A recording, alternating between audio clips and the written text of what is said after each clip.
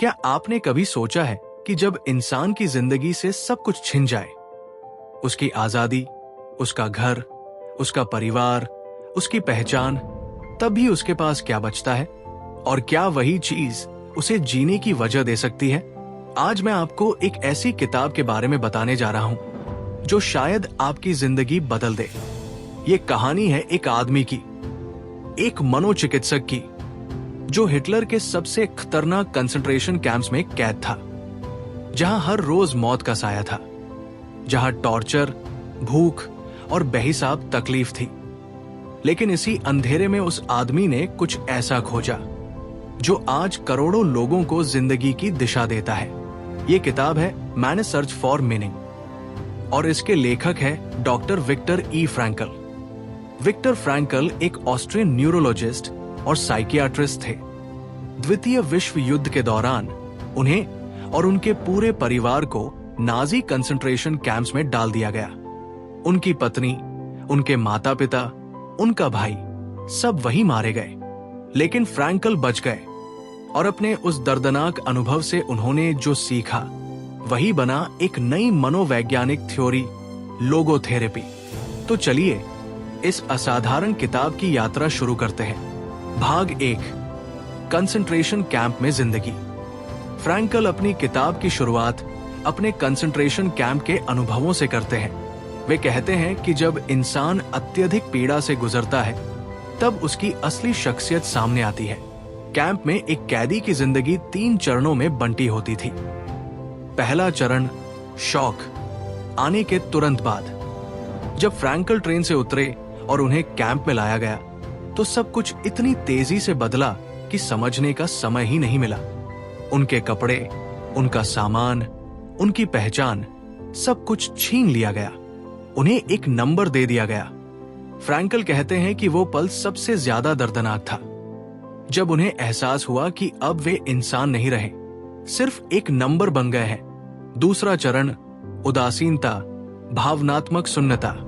कुछ समय बाद कैदी भावनात्मक रूप से सुन्न हो जाते थे। हर रोज मौत देखना, भूख, थकान और टॉर्चर, सब कुछ रूटीन बन जाता था। फ्रैंकल ने देखा कि कैसे लोग जिंदा रहने के लिए अपनी भावनाओं को बंद कर लेते थे। लेकिन यही उन्होंने एक बहुत अहम बात नोटिस की। जो लोग अपनी जिंदगी में किसी न किसी तरह का अर्थ, मीनिंग ढूंढ लेते थे, वे ज्यादा समय तक जीवित रहते थे, चाहे वो अर्थ कितना भी छोटा क्यों न हो। तीसरा चरण, आजादी के बाद। जब कैंप्स मुक्त हुए और लोग बाहर आए, तब भी संघर्ष खत्म नहीं हुआ। कई लोगों को यकीन ही नहीं होता था कि वे सच में आजाद हैं। मानसिक रूप से ठीक होने में महीनों लग गए। भाग 2, लोगोथेरेपी, जिंदगी का अर्थ ढूंढना। इसी पीड़ा के बीच फ्रैंकल ने एक शक्तिशाली सिद्धांत विकसित किया, लोगोथेरेपी। लोगोस का अर्थ होता है अर्थ। लोगोथेरेपी का मूल विचार है, इंसान की सबसे बड़ी प्रेरणा जिंदगी में अर्थ ढूंढना है। फ्रायड कहते थे कि इंसान सुख, प्लेजर के पीछे भागता है। एडलर कहते थे कि इंसान शक्ति, पावर के पीछे।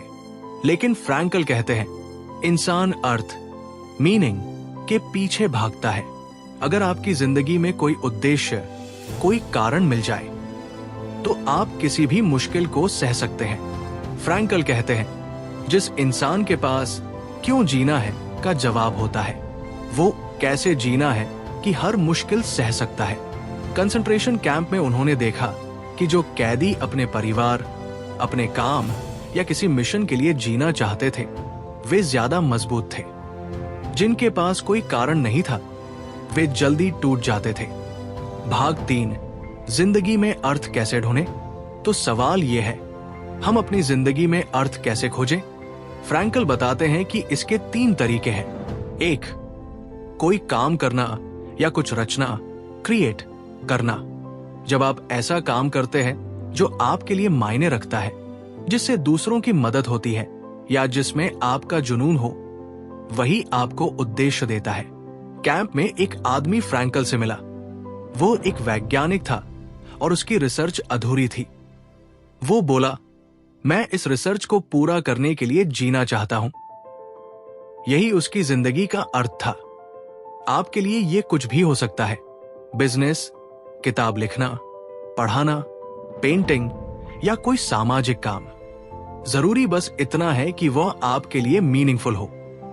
2, किसी से प्रेम करना या जुड़ाव महसूस करना। फ्रैंकल कहते हैं कि सच्चा प्रेम जिंदगी को अर्थ दे सकता है। कैंप में वे अपनी पत्नी की यादों में जीते थे। उन्हें नहीं पता था कि वो जिंदा है या नहीं, लेकिन उनका प्यार और यादें उन्हें जीने की ताकत देती थी। ये सिर्फ प्रेम संबंध नहीं, दोस्ती, परिवार या किसी के लिए कुछ करना भी हो सकता है। 3, पीड़ा को सही दृष्टिकोण से स्वीकार करना। यह सबसे शक्तिशाली विचार है। फ्रैंकल कहते हैं, हर इंसान की जिंदगी में दुख आएगा, लेकिन दुख का मतलब असफलता नहीं है। कैंप में एक कैदी मर रहा था, बहुत बीमार था, लेकिन उसने तय किया कि वो अपने आखिरी दिनों में दूसरों की मदद करेगा। उसने अपनी पीड़ा को उद्देश्य में बदल दिया। फ्रैंकल कहते हैं, जब आप अपनी पीड़ा को किसी ऊंचे उद्देश्य से जोड़ देते हैं, तो वही पीड़ा भी अर्थपूर्ण बन जाती है। मुख्य सीख 1, आपका रवैया आपकी सबसे बड़ी आजादी है। फ्रैंकल कहते हैं, हालात चाहे कितने भी बुरे हों, एक चीज कोई नहीं छीन सकता, आपका रवैया चुनने की आजादी। कैंप में गार्ड्स सब कुछ नियंत्रित करते थे, लेकिन फ्रैंकल ने अपने विचारों और प्रतिक्रियाओं को नियंत्रित किया। यही उनकी आखिरी आजादी थी। सीख 2, भविष्य में कोई लक्ष्य होना जरूरी है। जिन कैदियों के पास कोई सपना या अधूरा काम नहीं होता था, वे जल्दी हार मान लेते थे, लेकिन जिनके पास कोई वादा, कोई लक्ष्य, कोई उम्मीद थी, वे टिके रहे। आप भी अपनी जिंदगी में कोई छोटा सा लक्ष्य रखें। सीख 3, जिंदगी आपसे सवाल करती है। हम पूछते हैं, जिंदगी का मतलब क्या है? फ्रैंकल कहते हैं, ये गलत सवाल है। सही सवाल है, जिंदगी मुझसे इस हालात में क्या उम्मीद कर रही है? जब आप ये समझ जाते हैं, तो अर्थ अपने आप मिल जाता है। मैन सर्च फॉर मीनिंग सिर्फ एक किताब नहीं है, ये जिंदा रहने का तरीका है। विक्टर फ्रैंकल ने दुनिया की सबसे भयानक जगह से हमें सिखाया कि दुख का जवाब दुख नहीं, बल्कि अर्थ होता है। अगर आज आपकी जिंदगी में दर्द, उलझन या मुश्किल है, तो याद रखिए, आपका रवैया आपकी पसंद है। जिंदगी का उद्देश्य ढूंढिए, दुख को शिक्षक समझिए, और सबसे जरूरी बात, जिंदगी आपसे सवाल कर रही है। अब आपका जवाब क्या है? अगर आपको यह वीडियो पसंद आया हो तो लाइक करें, चैनल को सब्सक्राइब करें और कमेंट में बताइए आप अपनी जिंदगी में अर्थ कैसे ढूंढते हैं। मिलते हैं अगले वीडियो में एक नई प्रेरणादायक किताब के साथ। तब तक याद रखिए, जिंदगी कभी बेकार नहीं होती, बस उसका अर्थ ढूंढना पड़ता है। धन्यवाद।